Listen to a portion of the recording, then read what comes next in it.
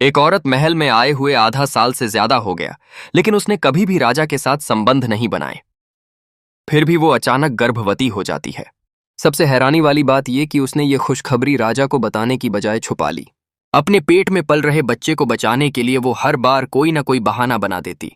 कभी तबीयत खराब, कभी असुविधा, बस किसी तरह राजा से दूर रहती। उधर एक देश का राजा, जिसे कभी किसी ने मना नहीं किया, पहली बार एक औरत से बार बार ठुकराया जा रहा था।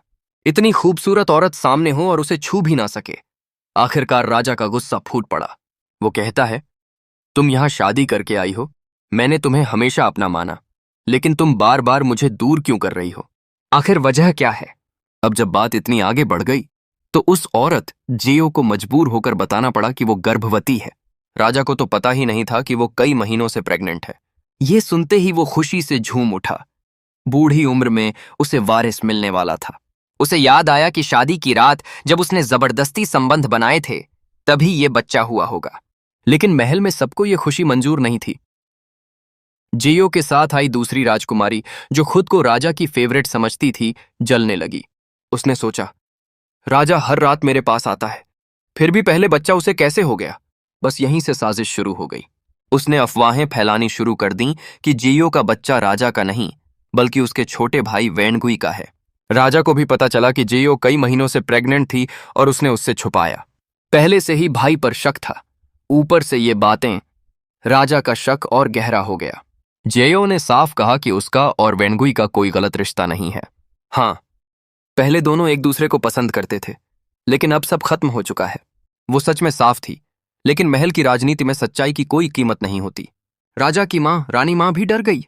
उसने राजा को समझाया, अगर ये बच्चा सच में तुम्हारे भाई का हुआ तो वो इसी के सहारे गद्दी छीन लेगा। राजा पहले से ही अपने भाई से डरता था, क्योंकि असली हक उसी का था, लेकिन गद्दी उसे चालाकी से मिली थी। आखिरकार राजा ने सख्त फैसला लिया।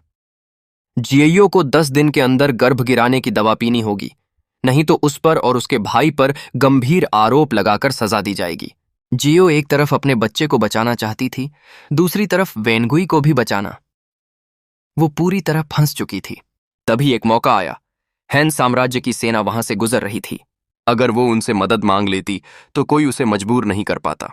उसने चुपके से सेना तक संदेश पहुंचाया। सेनापति वापस महल आया, लेकिन राजा ने मिलने से मना कर दिया। जब हालात टकराव तक पहुंच गए, तब खुद जियो सामने आई। वो चाहती तो सेना का सहारा लेकर दबाव बना सकती थी, लेकिन उसने ऐसा नहीं किया। उसने सबके सामने राजा की तारीफ की और कहा कि सब ठीक है। उसकी इस समझदारी और बड़े दिल ने राजा